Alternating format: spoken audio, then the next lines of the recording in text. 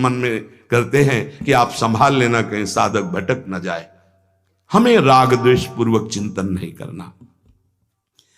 ये 5 बड़े पवित्र हृदय में बातें आती हैं। पहला, ये समझ लीजिए कि सत्य से बढ़कर के कोई साधना नहीं है। सत्य, आपकी वाणी झूठ बोलना बंद करे यदि भगवत प्राप्ति करनी। हमें क्या बिगाड़ लेगा? कोई क्या बिगाड़ लेगा? हमें सत्य बोलना। अगर हमसे गलती हो गई, हम सत्य बोल रहे हैं तो प्रायश्चित हो जाएगा।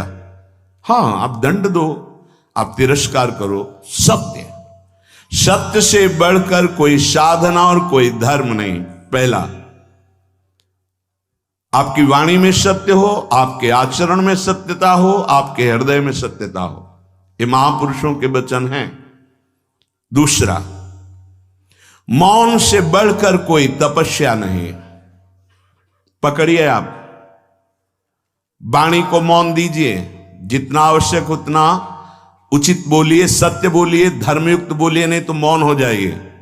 ये दिन भर पागलों की तरह बातें करते रहना, व्यर्थ की ग्राम्य वार्ता, जगत वार्ता। ये तुम भगवत प्राप्ति के मार्ग के वीर पुरुष हो, तुम्हें व्यर्थ का शब्द नहीं। वाणी से अपनी शक्ति का ह्रास मत करो।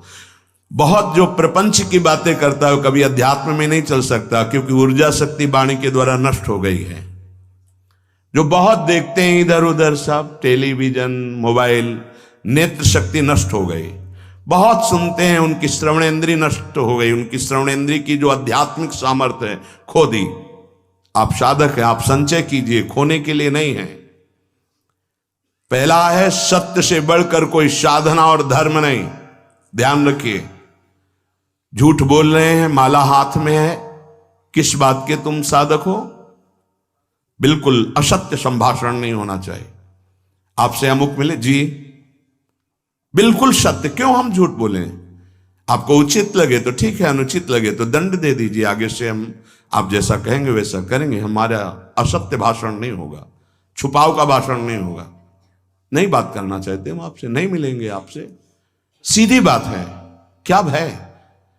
चाहे गृहस्थ में हो चाहे विरक्त में हो, झूठा बोलने की क्या जरूरत? बोले नहीं, व्यापार में बोलना पड़ता है। क्यों बोलना पड़ता है?